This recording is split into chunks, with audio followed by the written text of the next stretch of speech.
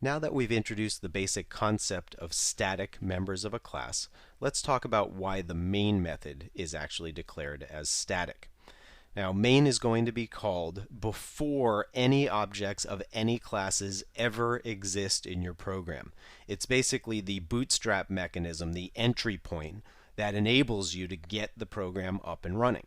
So the reason that it's declared static is so that we don't have to create any objects in order to get the program running in the first place.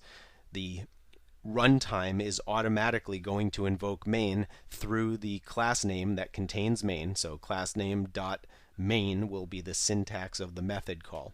And then in the main method is where you would go ahead and start to create objects and start to interact with those objects.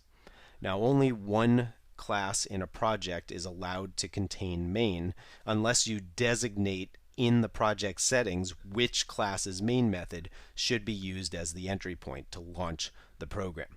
Now, in the past, it was relatively common for programmers to define main methods in every class that they created as a form of unit testing. So the main method would be embedded in the class. Its job would be to create an object of the class and interact with all of the object's features to prove that they were working correctly. Then that class would be used in another project where the main method would be ignored as part of that project.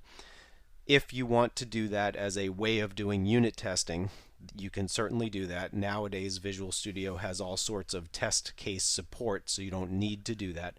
But if you do have multiple classes containing main in your project, you can go into the project settings and select the specific class that should be used to launch the program's execution. So I've already gone ahead here and opened up the next project that we'll be looking at starting in the next video, just so that I can show you how to access a project's properties or settings and specify which class's main method should be used. Now, there are a couple of ways that you can get to the project properties. One is through the Solution Explorer here at the right side of the IDE, where you have this properties node, and you can simply double click that node to open the project's properties. The other is through the project menu. All the way at the bottom there will be a properties option with your project's name, in this case Maximum Finder Properties. Now, once you get into the project's properties, on the application tab here, you'll find this startup object option, and you'll notice it says not set. When it's not set, the project knows to automatically invoke the main method of the class that contains main. In this case, the Maximum Finder class contains main. If there are two or more classes that contain main, you'll wind up with a compilation error at the time that you try to build the project.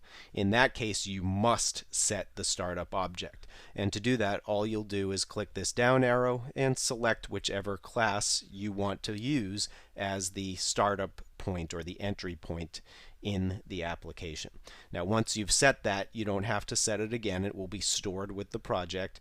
The only thing you would need to do is if you decide to change which class should be used to start up the application, you would have to come back into the settings to select that other class.